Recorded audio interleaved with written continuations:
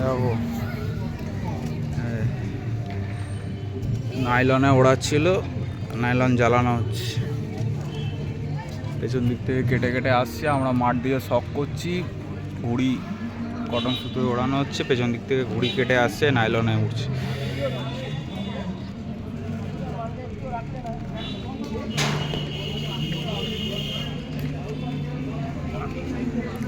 Cotton সুতোয় শক করুন, খেলাটাকে বাঁচিয়ে রাখুন। দেশলাই জ্বালিয়ে দিয়েছে সব, সব কটন সুতোয় ওড়াচ্ছে।